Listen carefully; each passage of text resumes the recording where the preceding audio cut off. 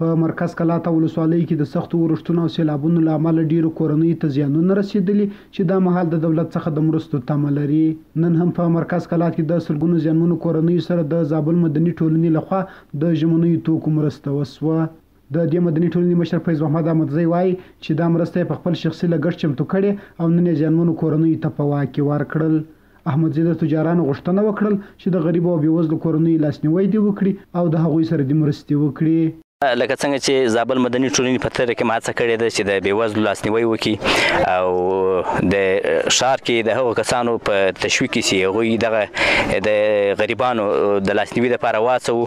نن موږ د شپېتو کورنیو لپاره د هغو کورنیو لپاره چې هغه د بارانونو له وجې څخه دیوالونه یا خونې نړېدلي او یو زیان یې لیدلی وي، زموږ د خپل وس توان مطابق هغه څه چې په وس کې وه د دغو خلکو سره شریک کړي دي چې نن تاسې وینئ د دغه غریبانو په کورونو ګرځو. د زابل یو شمېر ځوانان وایي چې د دې ولایت اوسېدونکي د اقتصادي پلوه کمزوري او غربت ځپلي دي چې د دولت او نړیوالو مرستندویو ادارو مرستو ته اړتیا لري.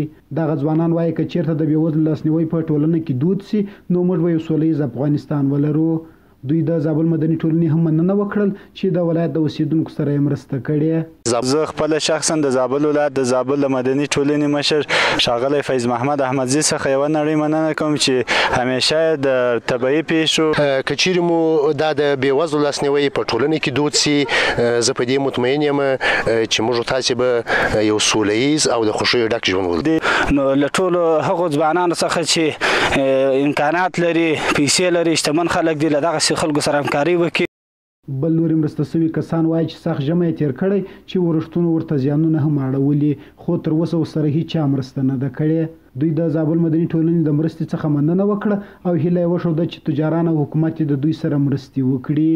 ډیر ښه خوشاله ډیر ښه پروګرام د تاسې له دولت سره داسې دغه نور هم لرو. خدای پاک دې نور هم توس او توفیق او توان ورکړي چې په داسې غریبانو بېوزلو باندې نور هم داسې دغه وکړي. او بیا په خاص توګه د مدني ټولنې او له بیا حاجي صاحب حاجي فیض محمد احمدزي چې موږ له ډېر له هڅو ډېره مننه کوم. کور یې ودان چې موږ په حال او په احوال باندې ځان خبر کړو. خوشاله یم، ډېر خوشاله یم چې نور مرسته سره وشي، کومک را سره وشي. خونې نړېدلې دي.